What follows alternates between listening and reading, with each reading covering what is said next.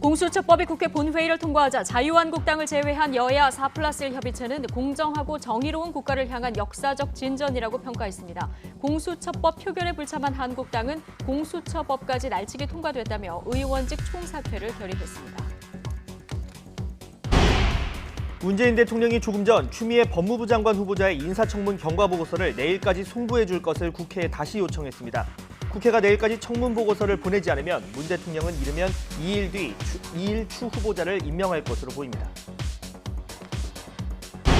북한이 오늘도 노동당 전원회의를 이어간다고 밝혔습니다. 지난 28일부터 나흘째 회의로 29년 만에 처음입니다. 김정은 국무위원장은 어제 전원회의에서 공세적인 정치 외교와 군사적 대응 조치 준비를 강조했습니다.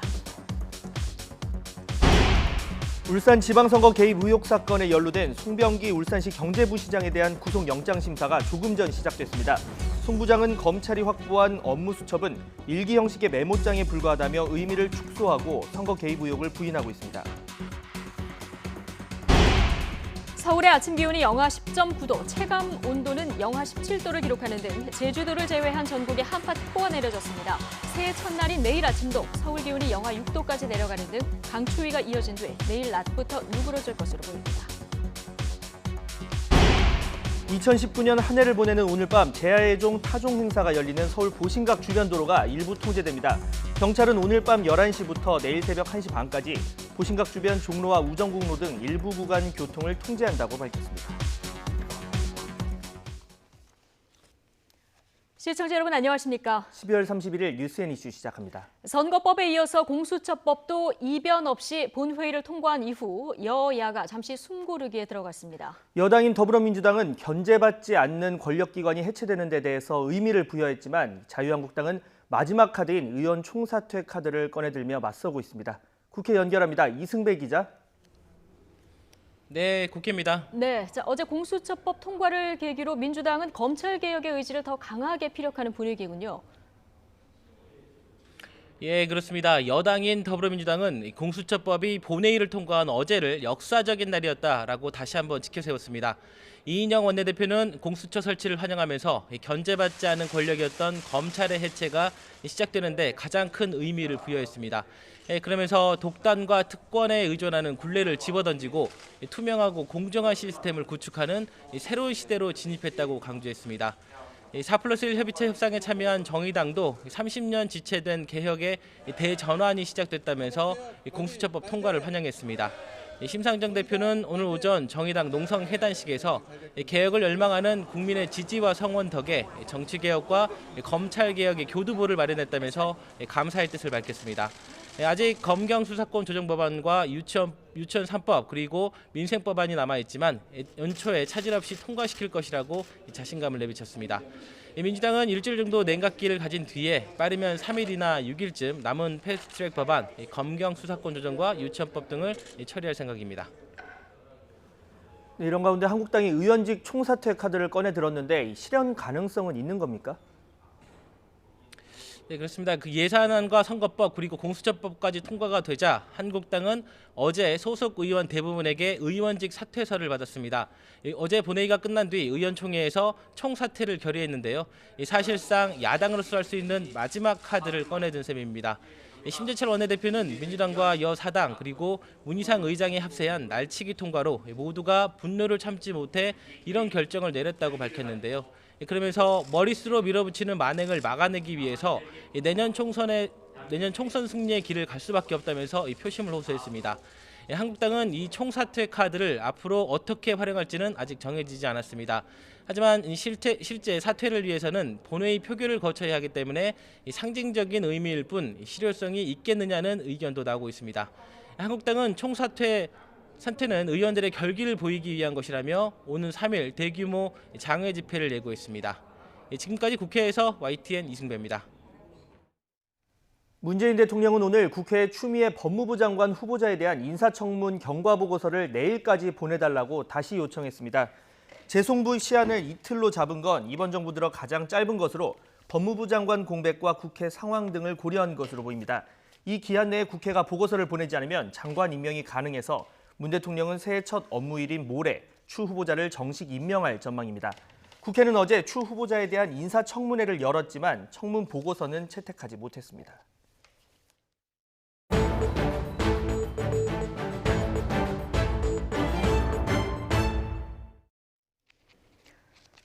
북한 노동당 전원회의가 예상을 깨고 오늘도 진행된다고 북한 매체가 보도했습니다. 전원회의 결과가 나오지 않은 만큼 내일 오전으로 예상하는 김정은 북한 국무위원장의 신년사에 대한 관심이 증폭되고 있는데요. 왕선택 통일외교 전문기자 연결해서 전원회의 상황과 신년사 전망 들어보겠습니다. 왕선택 기자 나와 있습니까? 네, 왕선택입니다. 예. 자, 먼저요. 북한에서 전원회의가 이렇게 나흘 이상 진행된 적이 있습니까? 네, 있었습니다. 그렇지만 예. 매우 이례적이라고 봐야 되겠습니다. 북한 전원회의가 나흘 이상 진행된 적이 4차례가 있었는데요. 네. 1951년, 또 52년, 1974년, 그리고 1990년 이렇게 4차례 있었습니다. 1951년과 52년의 경우에는 전쟁 상황에 대응하는 것이었고요. 네. 1974년은 김정일 국방위원장 후계 구도를 결정하는 회의였고요. 예. 그다음에 1990년은 냉전 해체 상황에 대응하는 굉장히 엄중한 상황들이었습니다. 이번이 5번째가 되는데 네. 김정은 위원장이 현 정세를 이처럼 엄중하게 보고 있다. 이런 점들을 반영하고 있다고 보겠습니다. 예, 그러니까 김정은 위원장 체제 이후로 이렇게 길게 열리는 건 처음이라는 거죠? 그렇습니다. 김정은 예. 위원장 이후에 뭐 이틀도 처음입니다. 계속 하루에 다 끝났는데 그렇군요. 지금 나흘째 진행되고 있습니다. 예, 이렇게 나흘씩 진행하는 전원회의에서는 지금 어떤 내용들이 논의되고 있는 겁니까? 네, 김정은 위원장이 국가 건설, 또 경제 발전, 국방 건설 이런 분야에 대해서 정세 보고를 하고 또 대응책을 보고를 했다. 북한 매체들은 이렇게 보도를 하고 있습니다. 예. 3일 동안 김정은 위원장은 7시간에 걸쳐서 보고를 했다고 하고요. 보고 내용은 10가지 분야로 나눠서 했다고 합니다. 대체로 경제 분야가 5가지로 정리가 됐고요. 외교 안보 분야는 1가지였습니다. 나머지는 노동당 활동에 대한 주제 2가지, 그리고 사회주의 사상 강화, 도덕성 강화 등 사회 분야 2가지 이렇게 해서 모두 10가지에 대해서 김정은 위원장이 보고를 했고, 지금 현재 나머지는 이제 중앙위원 참석자들이 토의를 하는 그런 순서로 진행이 되고 있습니다. 예. 내일이 바로 1월 1일입니다. 김정은 위원장이 신년사를 하는 날인데 상식적으로라면은 이 전에는 전원회의가 끝나야 되는 거 아닙니까? 네, 그렇습니다. 상식으로 보면 오늘로 종료가 되고 이제 새해는 이제 새로운 상황이 시작이 될 텐데 예. 무엇보다도 과거에 전원회의가 해를 넘겨서 열린 적은 일단 없었고요. 그다음에 김정은 위원장 보고가 끝이 난 상태입니다. 그렇기 때문에 당연히 오늘로 종료가 되지 않을까 예상을 할 수는 있는데 이제 김정은 위원장 신년사에 대해서 주목과 관심을 증폭하는 상황에 대해서 북한이 분명히 의도가 있는 것을 지금 분석할 수가 있습니다. 그런 차원에서 본다면 내일도 전원회의가 열릴 가능성을 배제할 수가 없습니다. 한 가지 문제점을 보면 전원회의가 오늘 끝난다면 내일 오전 6시에 이제 전원회의 결론을 북한 매체들이 보도를 해야 되는데 이것이 신년사 내용, 9시에 열리는 신년사 내용과 겹칠 가능성이 있습니다. 예. 이런 것들을 회피하기 위해서 어쩌면은 내일까지 회의를 이어갈 가능성도 배제할 수 없다고 예. 보겠습니다. 자, 과거 사례를 미뤄봐서 추측해 볼 때 내일 신년사 형식과 내용 어떻게 전망할 수 있을까요? 네, 과거 사례를 본다면 내일 오전 9시에 신년사가 시작될 것으로 예상할 수 있습니다. 예. 신년사의 분량은 대개 30분이었습니다. 신년사 30분 동안 하면서 처음에는 지난해를 이제 총체적으로 평가하는 문장이 들어가고요. 예. 그 다음에 몇 가지 중요한 사안에 대해서 이제 평가를 제시합니다. 그 다음에는 2020년에 여러 가지 정책 분야에 대한 사업 목표와 과제를 제시하는데 대체적으로 정치 사상 분야, 경제 분야, 사회 분야, 군사 분야 이렇게 나눠서 차근차근 과제를 제시를 하고 예. 그 다음에 남북 관계를 거론합니다. 그 다음에 미국과의 관계에 대해서 거론하고 예. 그 다음에 마무리를 짓는 그런 순서가 뭐 거의 다르지 않았습니다. 이번에도 그럴 것으로 예상할 수 있습니다. 예. 자, 북한 그 외부에서 본다고 하면 북미 비핵화 협상이나 무력 도발 재개 문제 등에서 지금 관심이 집중돼 있는 이런 상황인데요. 이 전원회의 관련 북한 매체 보도에서 뭔가 좀 시사점은 없습니까? 네, 전원회의 관련 북한 매체 보도가 있었는데 모호한 수준으로 지금 계속 이어지고 있습니다.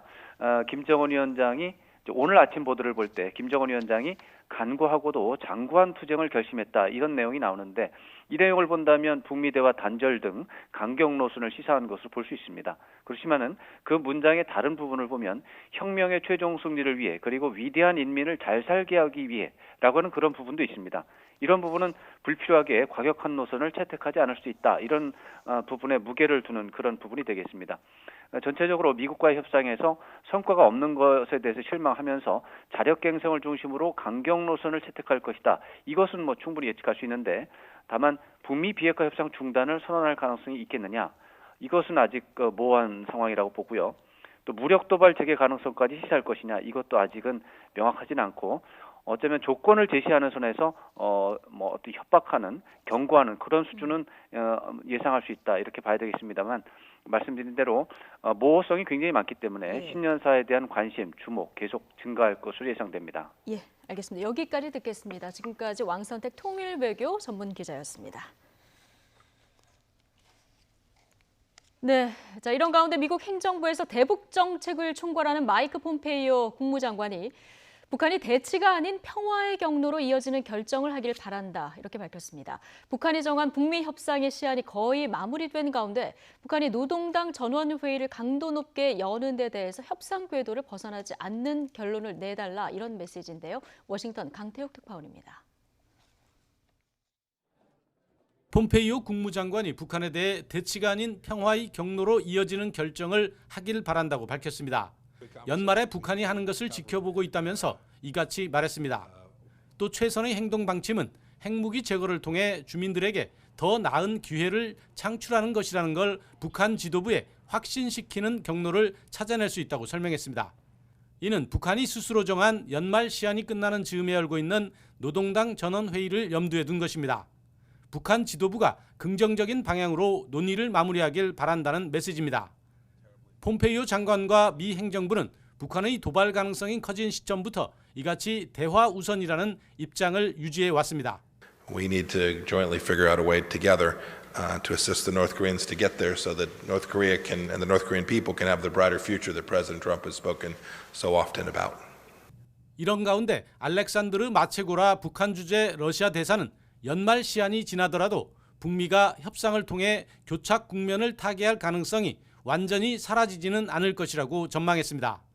그러면서 북한에선 모두가 도발의 결과를 잘 이해하고 계산하고 있다며 상황이 아주 엄중하다고 진단했습니다. 이를 반영하듯 트럼프 행정부 관료들은 연일 협상 복귀 촉구와 함께 강경 대응 메시지를 동시에 보내며 북한의 움직임에 촉각을 곤두세우고 있습니다. 워싱턴에서 YTN 강태욱입니다. 청와대 하명 수사와 선거 개입 의혹 사건과 관련해서 이 핵심 인물로 지목된 송병기 울산시 경제부 시장이 오늘 구속의 갈림길에 섭니다. 송 부시장은 취재진 질문에 아무 답변 없이 법정으로 향했고 변호인은 모든 혐의를 부인하는 입장이라고 밝혔습니다. 취재기자 연결합니다. 박기환 기자. 네, 서울중앙지검입니다. 네, 이 송병기 부시장에 대한 구속영장 심사 조금 전 시작됐죠? 그렇습니다. 서울중앙지방법원은 조금 전 10시 반부터 송병기 울산 경제부시장에 대한 구속영장 심사를 진행하고 있습니다. 법원에 출석한 송 부시장은 업무 수첩 내용에 대한 취재진의 질문에도 아무 답변 없이 법정으로 들어갔습니다. 직접 들어보시겠습니다. 수첩에 적혀 있는 게 김기현 비서실장 관련된 건가요?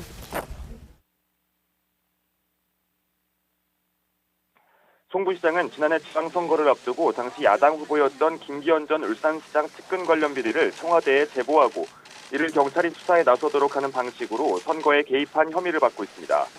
또 선거 전 청와대 인사를 만나 야당 후보 공약인 산재모병원 사업의 자초 등 선거 전략을 논의한 혐의도 받고 있습니다.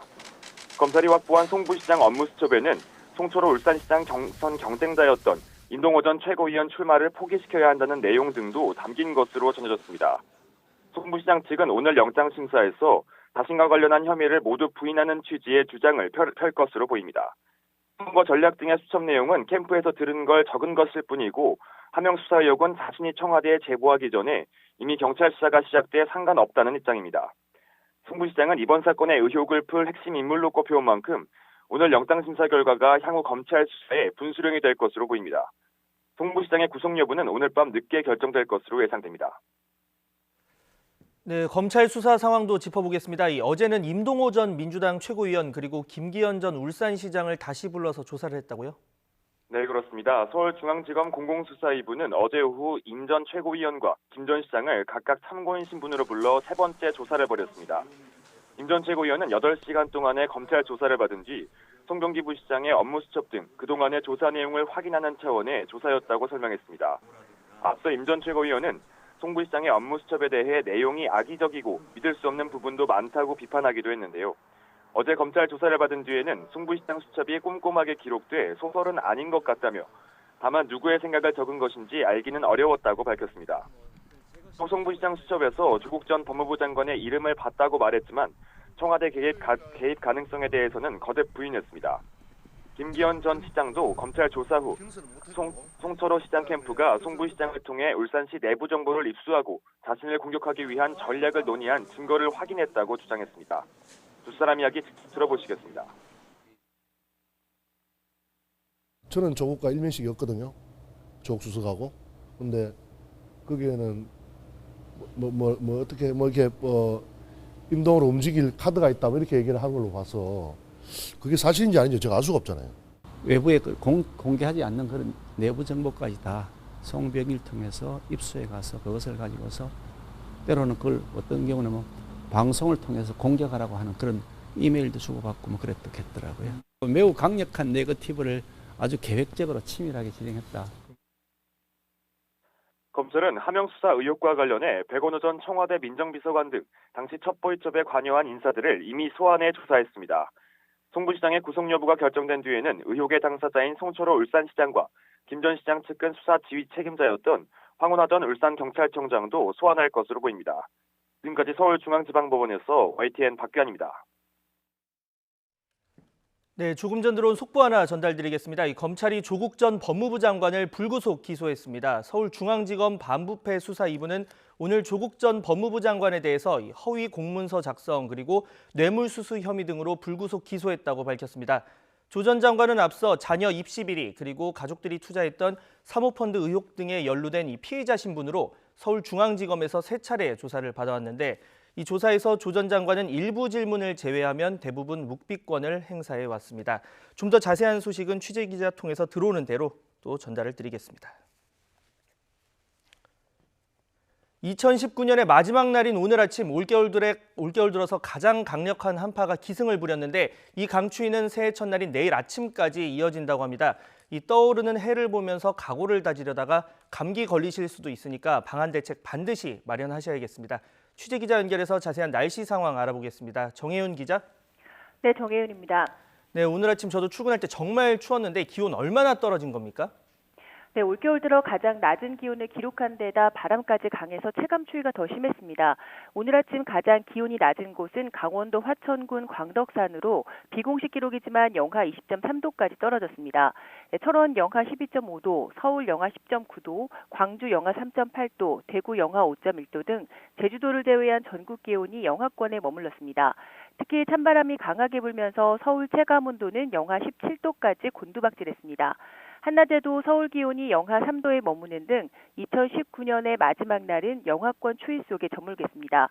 새해 첫날인 내일 아침도 서울 기온이 영하 6도까지 내려가는 등 강추위가 이어진 뒤 내일 낮부터 누그러들 것으로 보입니다. 네, 내일 아침 새해 첫 해돋이 전국 어느 지역에서 볼 수가 있는 겁니까? 네, 새해 첫날인 내일 하늘 상태는 동쪽은 맑지만 서쪽은 흐립니다. 찬 공기가 밀려오면서 서해에 형성된 낮은 구름이 내륙으로 밀려들기 때문인데요. 기상청은 동해안과 영남 지방에서는 해돋이를 깨끗하게 볼 수 있겠지만 서울 등 서쪽 지역은 보기 어려울 것으로 전망했습니다. 2020년 새해 첫 해는 독도에서 7시 26분에 가장 먼저 뜹니다. 이어 울산 간절곶 7시 31분, 부산 태종대 7시 32분, 강릉 경포대는 7시 40분이 되겠고 서울은 7시 47분에 해가 떠오르겠습니다. 2019년의 마지막 해넘이는 날씨가 좋아 전국에서 볼 수 있겠고 서울 기준 일몰 시각은 오후 5시 23분입니다. 지금까지 YTN 정혜윤입니다. 2019년 마지막인 오늘 밤 제야의종 타종 행사로 서울 보신각 주변 도로가 일부 통제됩니다. 서울지방경찰청은 오늘 밤 11시부터 내일 새벽 1시 반까지 제야의종 타종 행사가 열리는 보신각 주변 종로와 우정국로 등 일부 구간 교통을 통제할 예정이라고 밝혔습니다. 통제 구간은 세종대로 사거리부터 종로 2가 사거리, 청계광장에서 청계 2가 사거리 등 5개 구간이며 시민 불편을 최소화하기 위해서 경찰 250여 명이 현장에 투입됩니다. 경찰은 될 수 있으면 대중교통을 이용하고 행사장 주변으로 차량을 운행할 경우 세문안로나 사직로, 세종대로 등에서 사전 우회할 것을 당부했습니다. 내년부터는 자신이 사는 집을 담보로 이 노후자금을 받는 주택연금에 가입할 수 있는 나이가 만 60세 이상에서 55세 이상으로 낮아집니다. 50대 은퇴자의 노후자금 마련에 숨통이 트일 전망인데요. 반면 은행에서 가계대출 받기는 더 힘들어질 것으로 보이는데 이렇게 새해 달라지는 금융제도를 최하영 기자가 정리했습니다.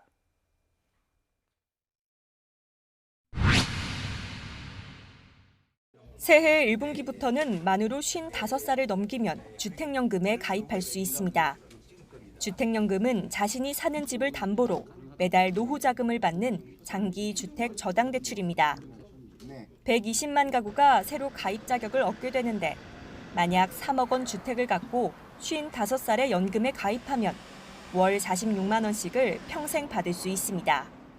최근에 은퇴 시기가 점차 빨라지고 있는 상황에서 은퇴 후에 소득 공백으로 인한 경제적 어려움을 해소할 수 있는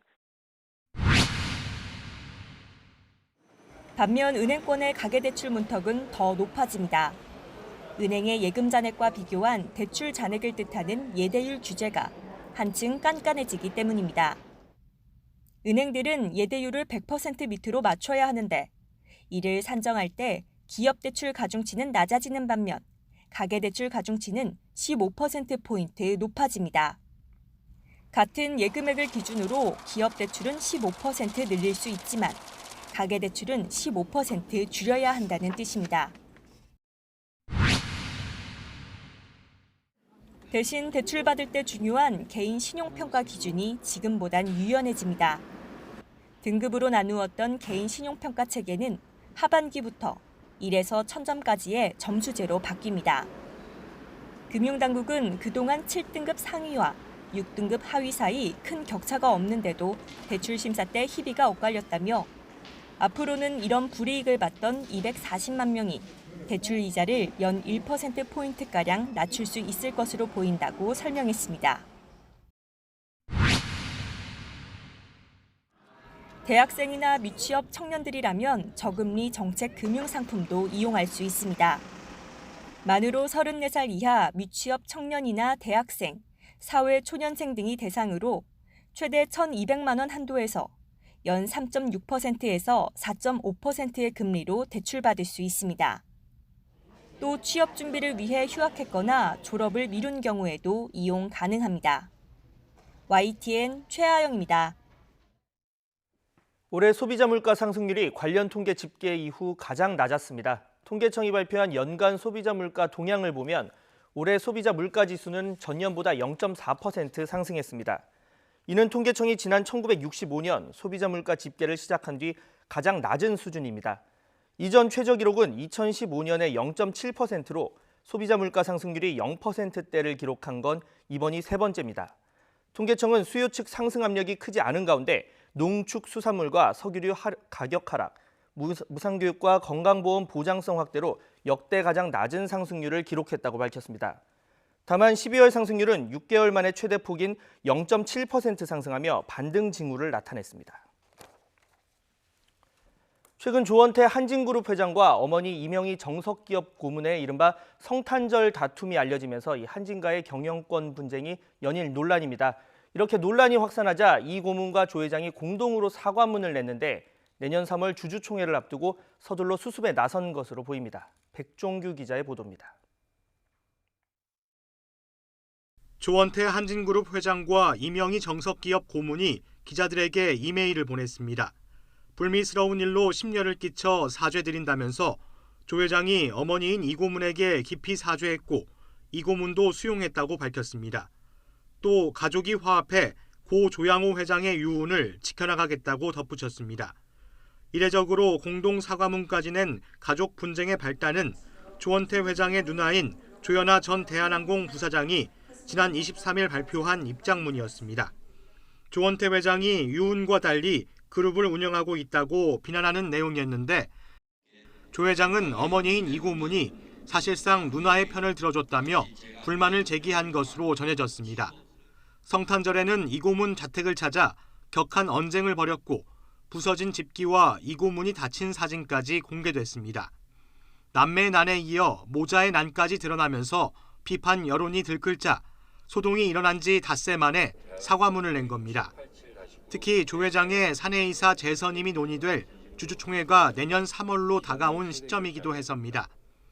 현재 한진칼 지분은 조 회장과 조 전 부사장이 각각 6.52%, 6.49%로 비슷하고 어머니인 이고문이 5.31%를 갖고 있습니다.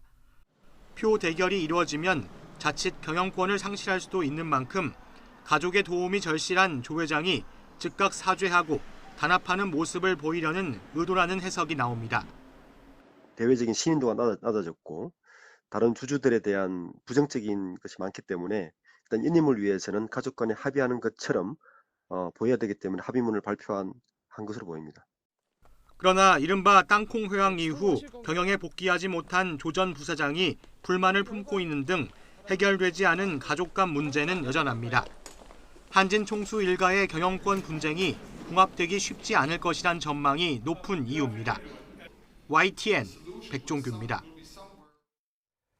해마다 연말이 되면 이름을 밝히지 않고 성금을 기부하는 분들, 흔히 얼굴 없는 천사라고 부르는데 올해는 이런 성금을 가져다 놓기를 기다린 계획 범죄까지 발생했습니다. 다행히 범인은 곧바로 붙잡혔습니다. 오점곤 기자의 보도입니다. 어려운 이웃을 위해서 써달라며 얼굴 없는 천사가 동사무소로 전화를 걸어온 건 10시 3분쯤. 예년처럼 동사무소 바로 옆에 성금이 든 상자를 놨다는 전화였습니다. 그런데 전화를 끊고 동사무소 직원이 그곳으로 가봤지만 상자는 없었습니다. 돈을 놓고 갔으니 확인 한번 해보라 라고 해서 저희 직원들이 나갔는데 그 장소에는 없었어요. 잠시 뒤에 성금을 잘 받았느냐는 천사의 확인 전화가 와서 다시 현장을 확인했지만 성금이 든 상자는 사라지고 없었습니다. 네, 작년에도 그랬지만은 얼굴 없는 천사는 이곳 희망나무 바로 옆에 성금이 들어있는 상자를 놓고 갔다 이렇게 말을 했습니다. 그런데 이 주위를 둘러보면요, 이곳을 직접적으로 비추는 CCTV는 없는 것 같습니다. 정말 순식간에 사라진 성금 상자. 다행히 동사무소 주변에는 CCTV가 있었고 지난주 목요일부터 수상한 차량이 주변에서 계속해서 목격됐다는 주민들의 증언이 나왔습니다.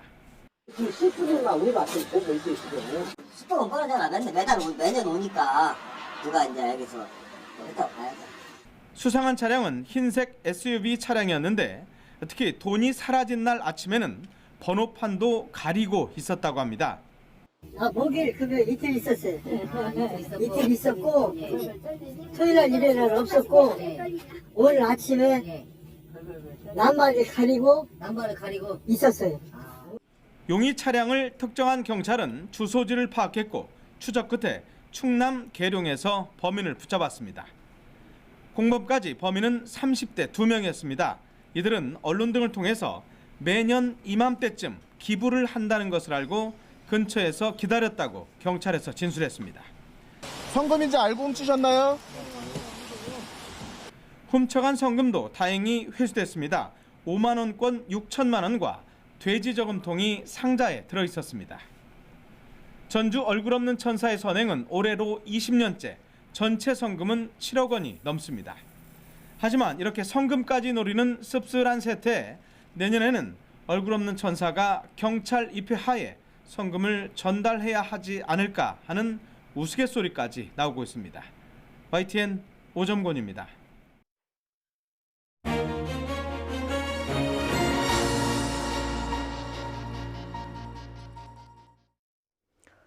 네, 문재인 대통령의 1호 공약, 고위공직자 범죄를 전담해서 수사하는 공수처 설치 법안이 어제 국회 본회의를 통과했습니다.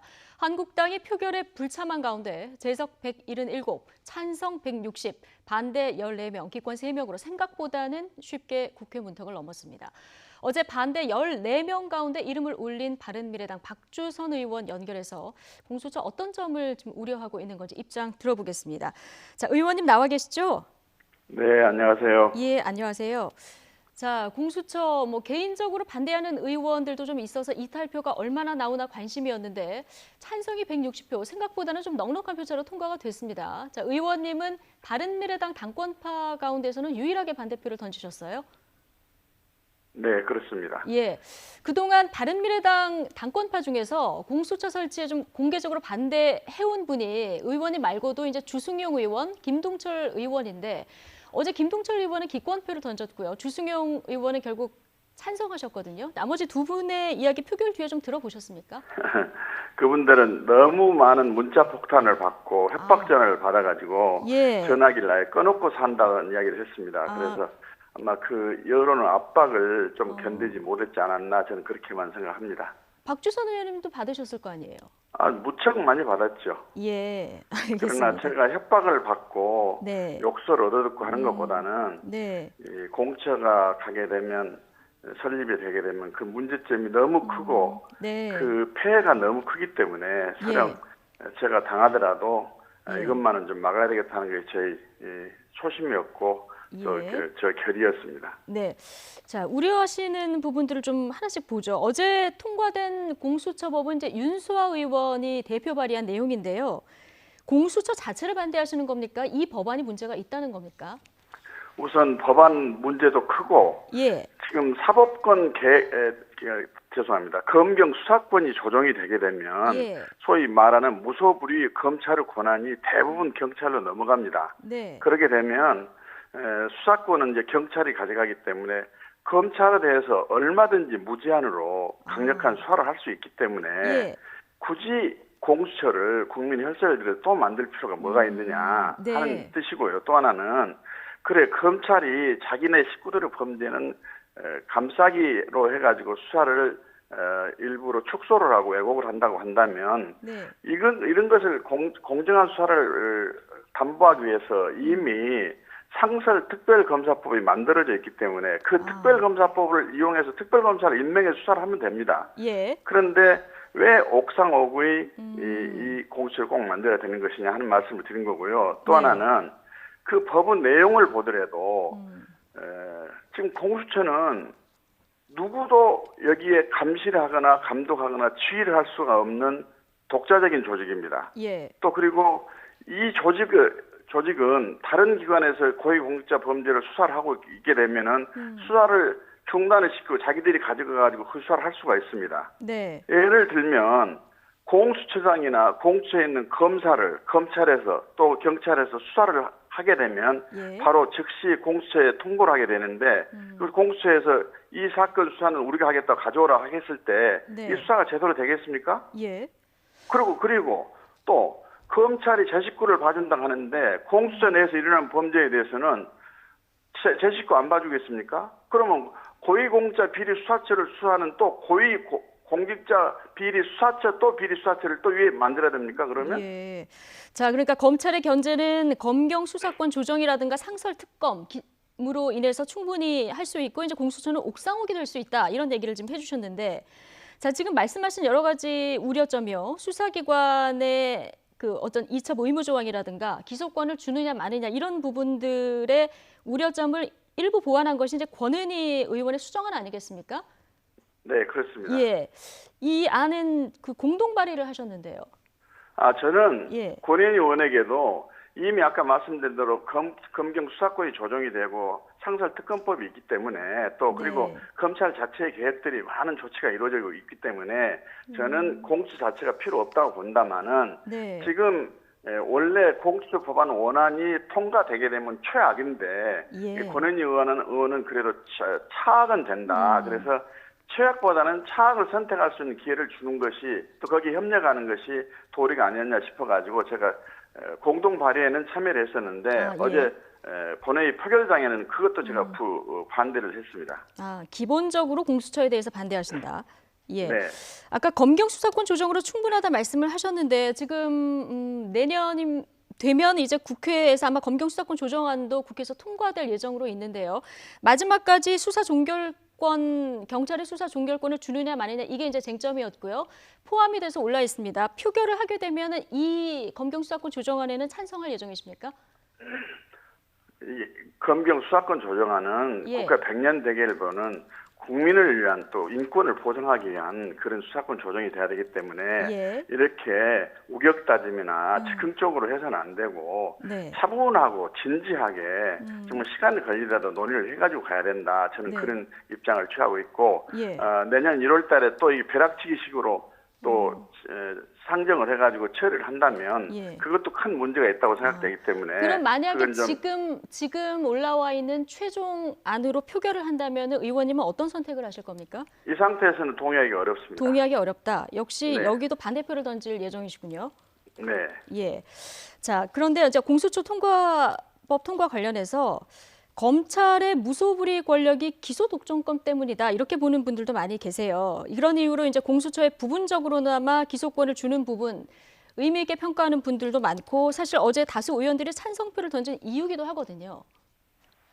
아니 공수처가 수사하는 고위 공무원단에 대해서 기소권을 공수처에게 주게 되면 공수처도 기소 독점을 하게 됩니다. 그러면 그리고 검찰에 대해서 기소 독점 운운하는데 그것이 검찰이 무소불위 권한이라고 이야기하는데 기소를 하는 권한은 검찰에 있지만 그걸 견제하고 제한하는 조치 규정들이 많이 있습니다. 우선 헌법재판소에 소원을 해가지고 검사 기소가 잘못됐는지 기소가 안 하는 것이 잘 됐는지 여부를 심사할 수가 있고 재정신청 제도도 있고 내부에 항고 제도도 있고 또 내부에 감찰 제도도 있고 또 법무장관의 지휘 감독권도 있고 그런다고 이런 것은 제대로 행사를 하지 않으면서 기소 독점권이 있기 때문에 기소하는 기간을 그럼 여러 개로 나눠야 됩니까 그러면? 그러니까 수사권, 기소권을 다 줘서 지금 검찰 권력이 비대해져서 문제가 됐는데 이것하고 똑같은 구조의 기관을 하나 더 만드는 것은 문제가 있다. 이런 주장이신가요? 그렇습니다.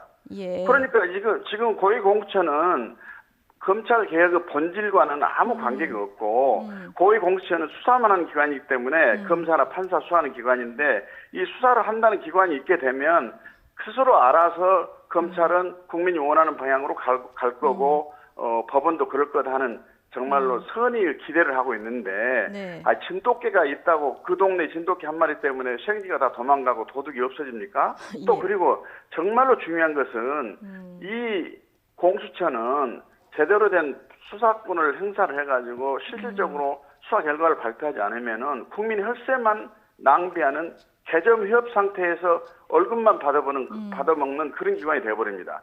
그것을 방지하기 위해서는 성과를 내기 위해서 아주 무리한 수사, 민간인 사찰, 정보 수집 이런 걸로 고위공직자들의 사기는 땅에 떨어지고 특히나 수사 재판을 담당하는 검사나 판사들이 오히려 직무범죄상 이게 뭐 직권남용이니 등등을 운운해가지고 이걸 가지고 누가 고발을 한다든지 제보나 또는 첩보를 보낸다든지 하게 되면은 막무가내식 수사를 해가지고 이 기관이 삼권 분립이 근본적으로 훼손이 되는 그런 흉기로 돌변할 수 있는 그 기구가 바로 공수처다 저는 그렇게 생각하고 있습니다. 그런데 의원님, 그 검찰이 내부 부패 상황에 대해서 지금까지 스스로 자정을 하지 못했기 때문에 뭔가 좀 더 강력하게 견제를 해야 된다 이렇게 보시는 국민들도 많거든요. 아니 그렇기 때문에 상설특별검사법도 있고 그다음에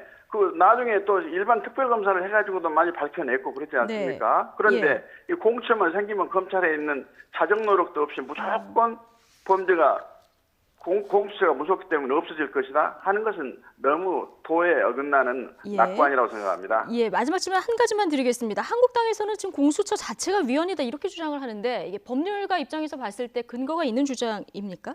뭐 위헌이라고 보기는 없고 보기는 어렵다고 위헌이라고 봅니다. 보기는 규정상 어렵고, 위헌이라고 말하기는 없고 헌법상에 보장된 상권 분립제도가 굉장히 위험스럽게 또 위기를 맞이할 수도 있다 하는 점에서는 큰 우려를 하지 않을 수가 없습니다.